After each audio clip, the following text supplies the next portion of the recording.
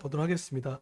오늘 제목 말씀을요, 제가 좀 바꿔봤어요. 예, 선 넘은 예배자라고 이렇게 제목을 바꿔보겠습니다. 선 넘은 예배자. 어, 이제 2021년도 11월, 12월 달에 정말 하나님을 기쁘시게 하는 마음과 생각으로 이렇게 있다 보니까 정말 하나님께서 막판에 쏟아주시는 은혜가 참 많았어요. 저희 개인적으로도 있었고, 그리고 감사하게도 송구 영신 예배 때도 저는 저희 가족들 또 몇몇만 함께 줌으로 오지 않을까 했는데 많은 분들이 함께 와서 서로 얼굴을 보고 교제하는 기쁨을 누리게 됐습니다. 참 마음이 기뻤습니다. 그렇게 한 해를 예배로 마무리하고 또 한 해를 또 말씀과 예배로 시작되는 이 정말 신앙이 좋은 전통을 우리 주의 자녀들과 함께 하게 되어서 너무 큰 기쁨이 있었어요. 그러다가 이제 설교를 이제 준비하는데 그러면 이 새해 하나님은 좀 어떤 말씀으로 새해 말씀 포문이 열까 했더니 여러분 목사가 설교할 때 그래도 이 새해에는 조금 희망찬 메시지 조금 더 복음적 메시지 이런 것들이 좀 있으면 좋을 뻔했는데 오늘 이상하리만큼 오늘 이 본문의 말씀은 그와 정반대되는 말씀입니다. 뭔가 희망을 말하고 뭔가 이렇게 성실성을 이야기하기보다는 오늘의 내용은 약간 조금 좀 중후하고 좀 어두운 부분이 약간 없잖아 있어요. 그래서 제가 이 말씀을 준비하면서 하나님 이 말씀을 왜 새해 이민년 첫 주에 이 말씀을 주셨을까라고 생각하면서 설교를 준비하다 보니까 뜻이 있었더라고요. 오늘 그 뜻을 같이 발견하고 저도 여러분도 함께 발견하는 그런 시간 되기를 소망합니다. 오렌지 카운티, 이제 캘리포니아에 가게 되면 세들백 교회라는 데가 있습니다. 아마 목적이 이끄는 뭐 교회, 목적이 이끄는 삶. 아마 이 책은 뭐 전 세계 베스트셀러이기 때문에 이 책을 안 읽어본 분이 없었겠죠.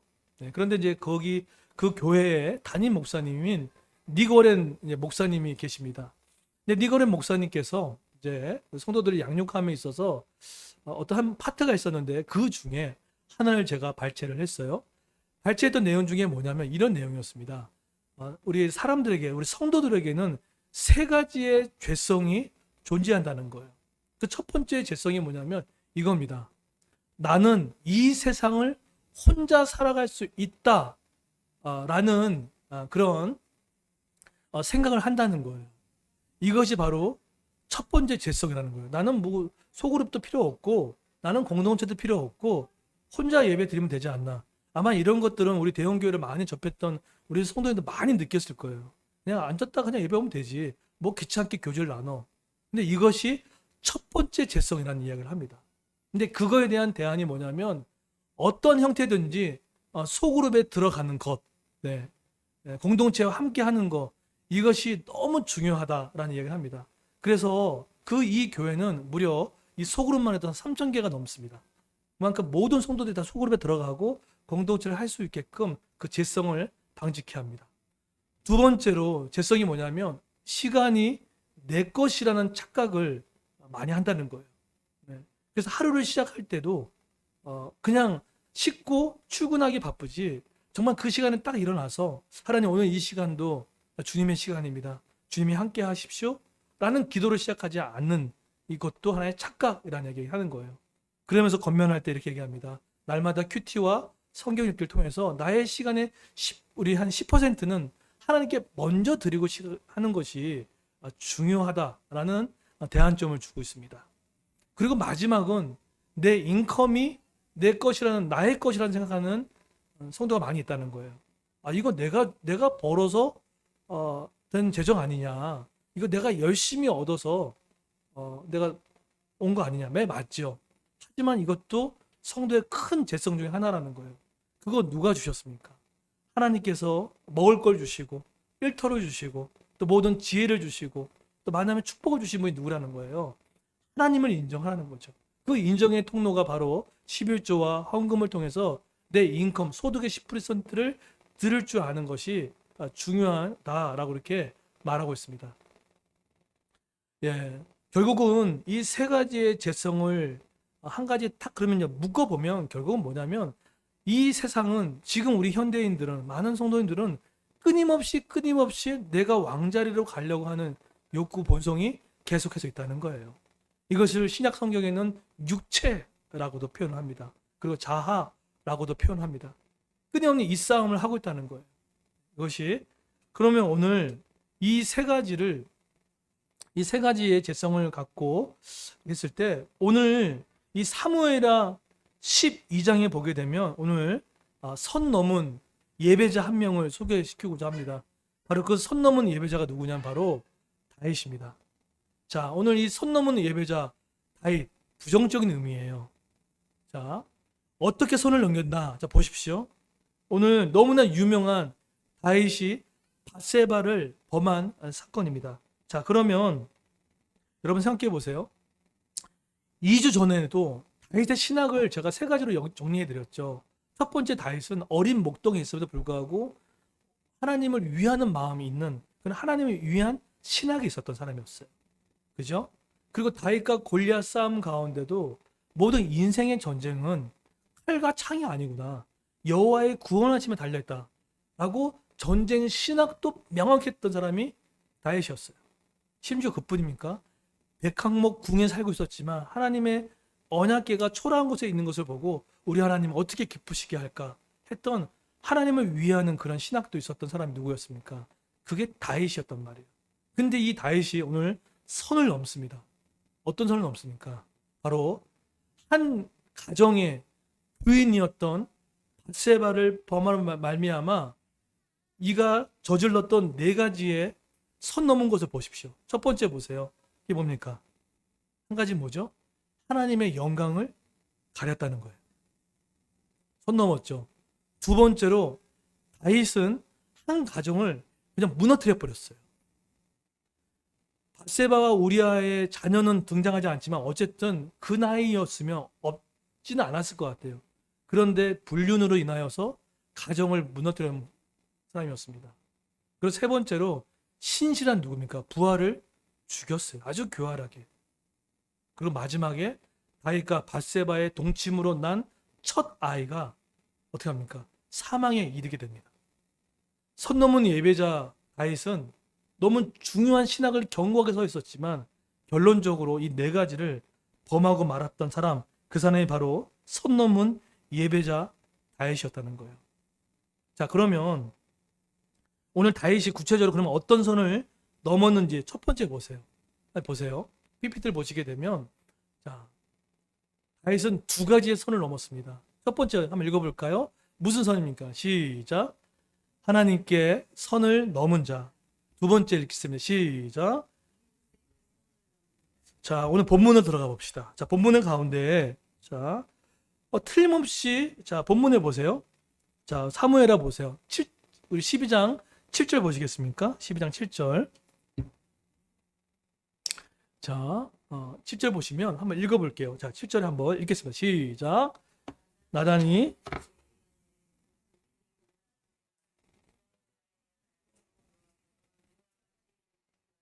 내가 너를 이스라엘 왕으로 기름 붓기 위하여 너를 사울의 손에서 구원하고 8절도 한번 읽어볼게요. 자, 하나님 주신 축복들이에요. 보세요. 선 넘기 전에 하나님이 다 주셨어요. 8절 보세요. 읽겠습니다. 시작. 내 주인의 집을 내게 주고 내 주인의 아들들을 내 품에 두고 이스라엘과 유다 족속을 내게 맡겼느니라. 만일 그것이 부족하였을 것 같으면 내가 내게 이것 저것을 더 주었으니라. 네. 지금 다윗에게 하나님께서 왕궁에 있는 뭐 권력, 재산, 건강 안 준 게 없단 말이에요. 설령 너가 부족했다면 하나님은 더 채워줄 거다. 그럴 정도로 정말 하나님께서는 이 다윗에게 모든 걸 다 쏟아 보였다는 거예요. 그런데 제가 첫 번째로 하나님이 무슨 선을 넘었냐라고 했을 때 하나님께 선을 넘었다고 표현했잖아요. 그죠? 아니 틀림없이 다윗은 하나님께 범죄하지 않았어요. 그죠? 누구한테 지금 해를 끼쳤습니까? 한 가정인 우리아와 밧세바에게 가정을 깨뜨렸단 말이에요. 그런데 성경은 그것을 그들에게 죄를 졌다라고 표현하지 않고 하나님께 선을 넘었다라고 표현한 거예요. 그거 어떤 근거를 합니까? 라고 했을 때 보세요. 9절에 보시면 이렇게 합니다. 왜 그 가정에 했던 것을 나에게 한 것처럼 얘기했냐면 이런 겁니다. 그러한데 어찌하여 내가 여호와의 말씀을 업신여기고 나보기에 악을 행하였느냐. 그죠? 틀림없이 지금 이 가정은 하나님께서 이 가정을 무너뜨렸는데 하나님은 그것을 나한테 한 것이다. 나를 업신여겼다라고 이렇게 성경은 표현하고 있다는 거예요. 그래서 뭐라고 하죠? 하나님께 선을 넘은 자, 그게 바로 다윗이었다는 거예요. 자, 여러분 그 다음 PPT에 보시겠습니까? 다윗 PPT에 보시게 되면 죄와 은혜의 지배라는 책이 있어요. 근데 문제는 뭐냐면 그렇게 전쟁 신학도 확실하고 또 제자 훈련도 했고 예배도 신실했던 다윗이 오늘 하나님께 선을 넘었단 말이에요. 근데 우리도 마찬가지잖아요. 순금 영신 예배 드리고 주일 예배 드리고 모든 거 다 해도 때론 선을 넘어가는 죄에 노출될 수밖에 없었다는 거예요. 그렇죠? 그런데 자, 이 책에서 죄와 은혜의 지배라는 책에서 우리 여러분 이걸 이제 교리적으로 아셔야 돼요. 자, 뭐냐면 두 가지입니다. 어떤 걸 아셔야 되냐면요. 그러면 뭔가 나는 하나님께 잘 섬기고 있는데 내 죄는 어떻게 할 건가에 대한 부분이잖아요. 이게 매일 겪는 겁니다. 두 가지 교리가 필요합니다. 첫 번째는 뭐 이겁니다. 성도의 삶의 오해 중에 하나는 이 책에서 얘기합니다. 우리가 구원을 받으면 죄가 전혀 없는 상태라고 생각한다는 거예요. 나 이제 구원 받았으니까 죄가 끝, 이거 아니라는 거예요. 네. 여전히 우리의 죄성과 부패한 본성은 남아 있습니까? 안 남아 있습니까? 남아 있다는 거예요. 아이들 유아 세례 줘도 아이가 내 거야, it's mine 하면서 내 거라고 하는 그 죄된 본성은 여전히 남아 있는 거예요. 인정하셔야 돼요. 아, 그렇구나. 내가 비록 하나님께 구원을 받은 존재지만 내 안에 아직도 부패한 본성이 여전히 남아 있구나. 네. 이걸 꼭 기억하셔야 돼요. 이걸 기억하면요, 어디에 적용될 수 있냐면 이거예요. 내가 오늘 주일 예배 잘 드려도 또 내 마음 가운데 머릿속에 죄가 계속해서 공존하고 있구나. 네. 그것을 받아들이는 게 중요합니다. 다시요. 인정하는 것이 중요한 거예요. 만약에요, 이것을 인정하지 않으면 나를 괴롭히게 돼요. 야, 내가 이거밖에 못했어. 나 이거밖에 안 돼. 내가 그래도 모태신앙인데, 내가 목사인데. 그 정죄감의 화살을 나를 찌르기 때문에 신앙이 계속 버티다 나중에 어떻게 하는지 아십니까? 너무 무거워가지고 도망쳐 버립니다. 도망쳐 버려요.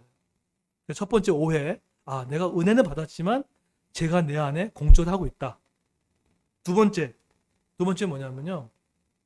같은 이야기인데요. 제가 전혀 없는 상태가 아니다라는 거 인정과 두 번째는 같은 말인데 성도의 삶에는 죄와 은혜가 같이 공존한다는 거예요. 이 두 가지를 꼭 기억하셨으면 좋겠어요. 결국 그런 관점에서 보면 다윗이 아무리 전쟁 신학이 있고 성령 충만하고 예배자였지만 그의 마음속에 뭐가 있었다는 거예요. 제가 공존하고 있었고 제가 있었다는 것을 성경은 정확하게 이야기를 하고 있습니다. 자, 그러면 이 하나님께 선 넘은 이 다윗을 하나님이 어떻게 다루시는지 아십니까? 시편에 보시게 되면 이런 말씀이 나옵니다. 그 시편에 보시면 19장 12절 보면은 자기 허물을 깨달은 자가 누구리요? 나를 숨은 허물에서 벗어나게 하소서라고 이렇게 하죠. 하나 바이블을 휘성이랑은 지금은 안 하고요. 서희랑 하고 있지만 휘성이가 저한테 이제 그런 질문들을 했어요. 이 다윗 스토리를 이야기하면서 아빠, 다윗이 이렇게 잘하고 있는데 이렇게 넘어졌다 그러면은 내 삶에도 뭐 이런 일이 많이 있을 건데 그거 너무 버겁다고. 네. 어떻게 죄를 안 짓고 살 수 있겠냐고. 이건 누구나 할 수 있는 질문들이잖아요. 그렇죠? 그때 제가 옛날에 배웠던 것들 얘기해 줬어요. 혜성아, 죄에는 세 가지 죄가 있어. 첫 번째는 원죄가 있어.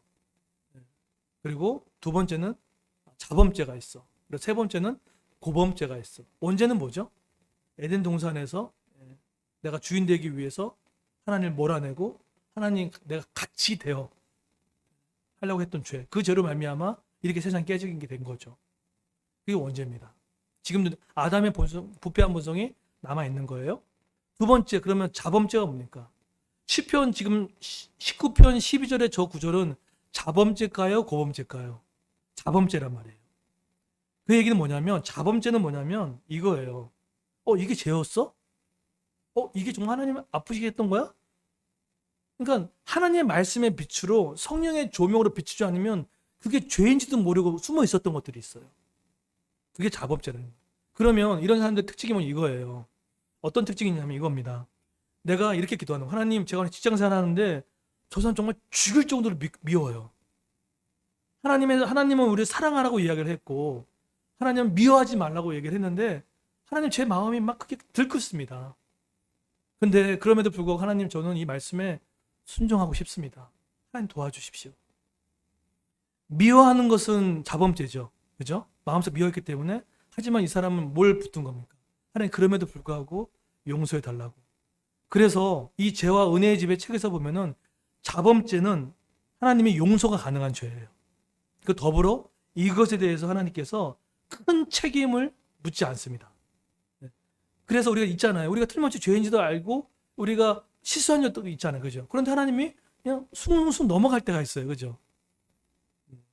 물론 그것을 너무 강교하게 교활하게 내가 이걸 알고 하면 문제겠지만 정말로 안 하고 싶은데 우리도 큐티하고 싶죠. 깨어서 새벽 기도하고 싶죠. 네, 열심히 하나님 뜻을 하고 싶지만 안 될 때 어떡할 거예요? 그럴 때 고통스러운 마음, 그 마음을 하나님이 기뻐한다는 거예요. 저는요, 우리 성도님들이 자범죄 같은 개념이 있었으면 좋겠어요. 난 이거밖에 못 살았던 게 아니라 그럼에도 불구하고 이렇게 갈등하는 거 있잖아요. 하나님이 이 마음을 얼마나 기뻐하시는데요. 네, 얼마나 기뻐하시는데요. 그게 자범죄입니다. 그래서 나의 숨은 허물에서 벗어나게 하옵소서. 백항목 궁에서 밧세바가 목욕하고 있는 것을 자기 마음 가운데 볼 거라는 생각을 누가 자기도 했겠습니까? 그런데 일어나는 거죠. 자, 그러면 하나님이 징계와 심판으로 다루는 좀 무서운 죄가 있어요. 그게 13절입니다. 한번 읽어볼까요? 읽겠습니다. 시작.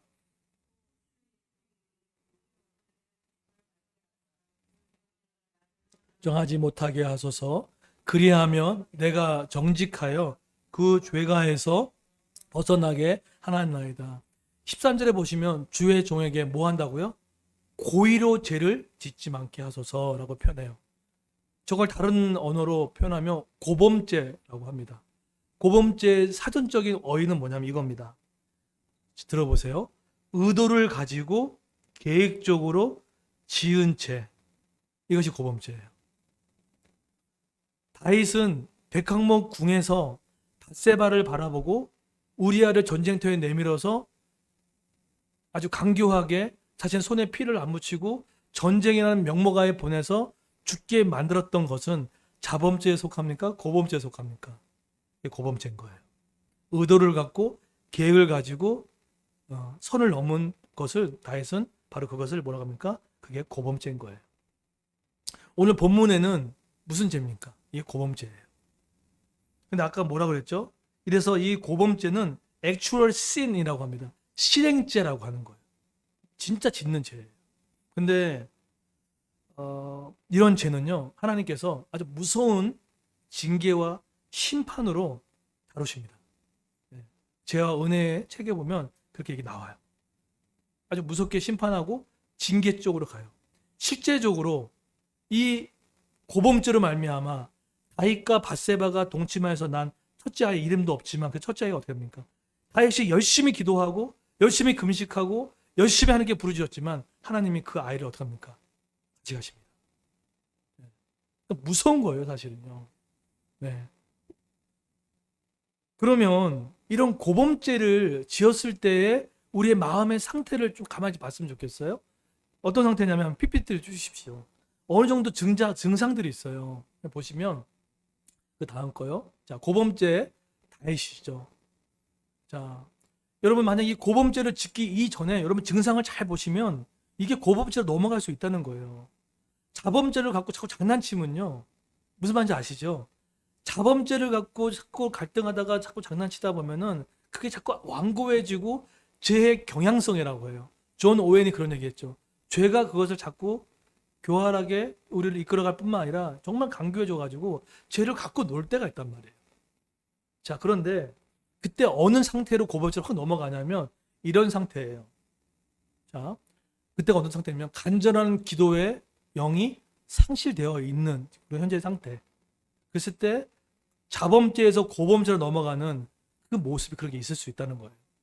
두 번째는 내가 지금 기도를 못한다는 게 있잖아요. 나 지금 기도 못해. 나 지금 기도가 안 나와. 이것을요, 자신이 하나님께 마음을 두지 않으려고 하는 마음인데 그것을요, 내가 바빠서 내가 환경이 열리지 않아서 그것으로 환경으로 탓하는 것, 그런 마음의 상태가 이 중간에 나온단 말이에요. 그리고 세 번째는 뭐냐면, 환경이 돼도 기도를 몰두하지 않는 것은요, 여러분, 기도는 뭘로 하는 겁니까? 기도는 머리로 하는 게 아니죠. 기도는 마음으로 하는 거예요. 그런데 마음으로 하는 이 기도가, 하나님의 그 마음으로 하는 기도가 자꾸만 내 자아가 부딪히게 만드니까, 일치가 안 되니까 기도가 되지 않는 상태. 여러분, 이런 상태에 자범죄와 고범죄 넘어가는 이 중간에 이런 마음이 있으면 고범죄에 넘어가기가 쉽게 갈 수 있다는 거예요. 예. 그러면 여러분은 지금 어디에 있습니까? 하나님이 자범죄에 해당되는 성도들 참 불쌍히 여기십니다. 아유, 저 잘하려고 했는데 참 안타깝구나. 우리 하나님 긍휼의 하나님이시잖아요. 그죠? 근데 그거 갖고 장난치면 안 되겠죠. 여러분, 신자의 성도의 삶 가운데 자꾸만 오래 가면 오래 갈수록 이게 강교해지면 안 되는데 자꾸만 그거 갖고 하다가 정말 넘어진 일이 생길 수 있다는 거예요. 그래서 만약 이런 일이 생기면 어떤 일이 나면 이겁니다. 청교도 신학자인 리처드 십스라는 학자가 있어요. 근데 이런 일이 자꾸 되면은 어떤 일이 생기냐면 이럽니다. 양심을 거스리는 죄는 살아남은 자의 기도에 입을 막고 하나님 앞에 담대히 나가지 못하게 만든다는 거예요.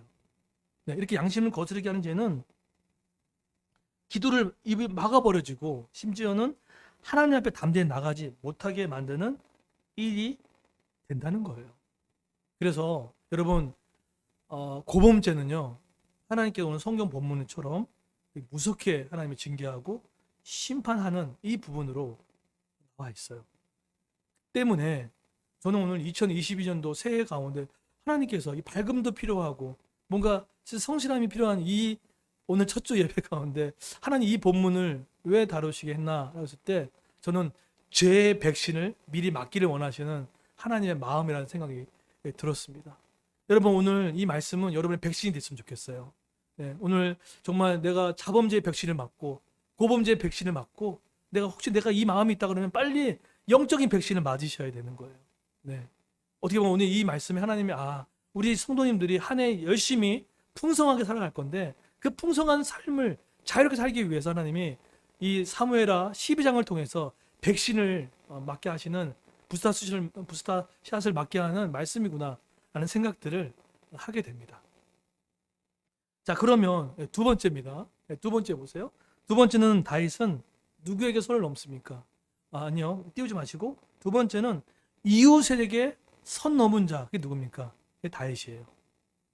첫 번째는 하나님께 선을 넘었고요. 두 번째는 다윗은 누구에게 선을 넘었다고 합니까? 이웃에게 선을 넘은 거예요. 본문에 보시게 되면 우리 12절 한번 띄워주십시오. 12절을 보시게 되면 일상이 많이 바쁘죠. 자, 우리 보시게 되면 그 11절 보십시오. 네, 12, 13절은 뭐 11절 좀 볼게요.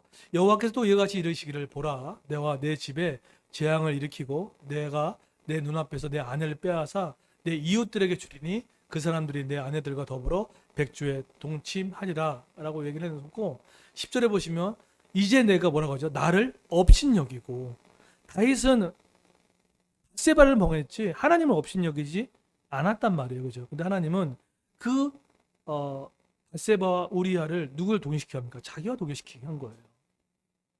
여러분, 이것은 신약의 정신입니다. 내 가까운 사람, 또 가난한 사람, 고아, 가보, 나그네 더불어서 그런 사람들이 있었을 때 그 사람에게 함부로 대하고 함부로 태도를 취하고 하는 이 모든 것들은요, 누구를 업신 여기는 거냐면 바로 하나님을 업신 여기는 거예요. 정말 안타까운 것을 보게 되면 이렇게 아파트의 현실들 보게 되면 뭐 저층부에는 임대가 있고 위에는 상층부에는 민간 분양이 있어서 뭐 그런 얘기 엄청 많이 하죠. 별의별 얘기, 임대족들이라고 얘기하고 분양족이라고 얘기하고 막 차별을 나누어 가지고 정말 하나님 앞에서 얼마나 악한지 몰라요. 네? 얼마나 악한 거 뭔지 몰라요. 뭐 LH에 산다, 뭐 민간에 산다, 빌라를 산다, 막 그렇게 등급을 나누어 가지고 어느새 자기가 그 위에 있어서. 근데 막 그렇게 하는 부분. 하나님이 그 마음은요. 바로 누구를 없인 여기는 거냐면 바로 하나님을 없인 여기는 행위와 다를 게 없다는 거예요. 오늘 하나님은 보세요. 이 가정과 자기를 동일시합니다. 동일시해. 그러면 이 이웃의 선을 넘었던 이 부분들 속에서 그러면 우리는 어떻게 이것을 해결해야 할 것인가? 선을 넘은 예배자 다윗이 하나님께도 선을 넘었고 이웃에게도 선을 넘어버렸잖아요, 그렇죠? 넘었는데 그러면 우리는 어떻게 이걸 이제 해결할 것인가? 오늘 성경이 말을 해주고 있는데요. PPT를 한번 띄워주십시오. 오늘 두 가지를 제시하겠습니다. 보시면 이러한 죄와 지배에서 벗어나는 법 두 가지가 있습니다. 첫 번째는 다시 한번 강조하지만 너무나 중요하기 때문에 얘기한 겁니다. 첫 번째 한번 읽겠습니다. 시작. 성도의 삶에도 깨어 있으라는 거예요. 그죠?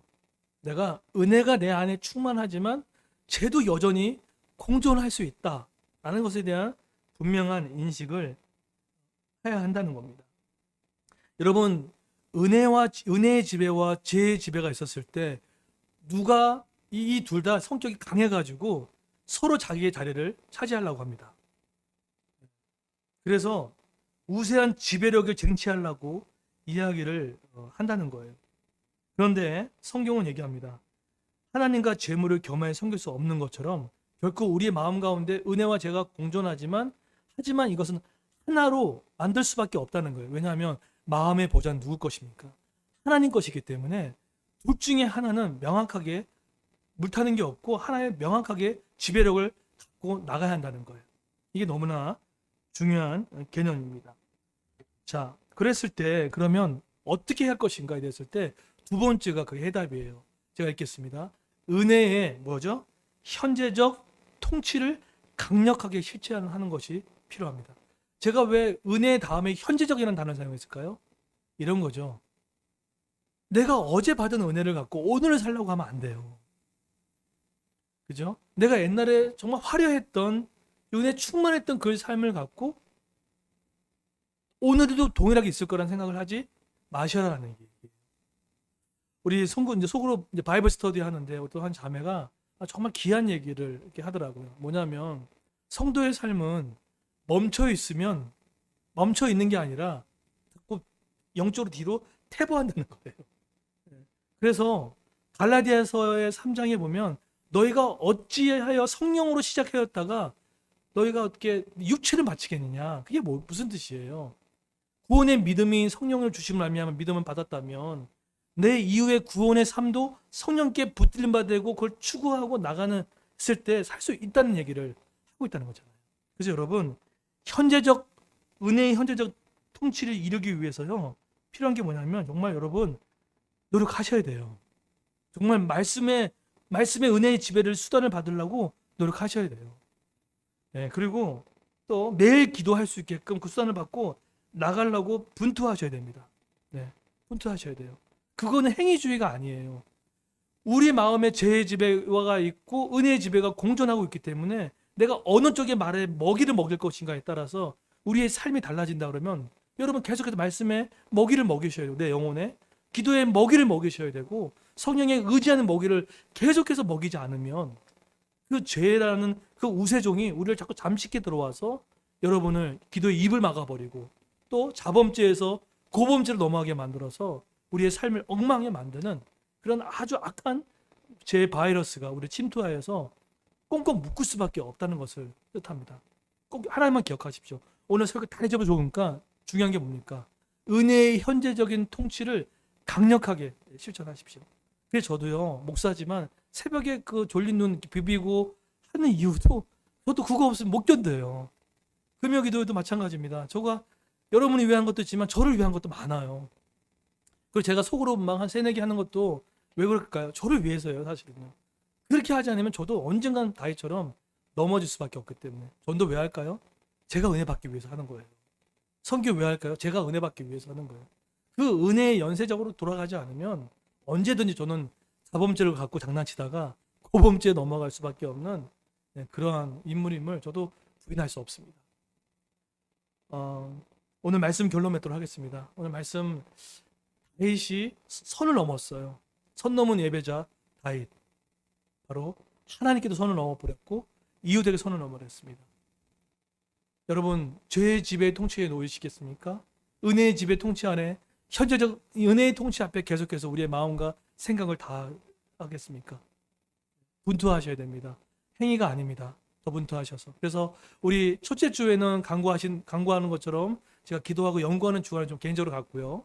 그리고 두 번째 주에 4일 동안 신년 새벽 기도를 할 겁니다. 은혜의 지배 아래 여러분 새벽에 깨어서 함께 기도했으면 좋겠어요. 그래서 그 4일이 한 달을 먹여 살리고 또 그 4일이 또 1년을 먹여 살릴 수 있는 강력한 은혜의 지배가 통치가 있는 저 여러분 되기를 예수님 이름으로 축원드리겠습니다. 예, 이제 다 같이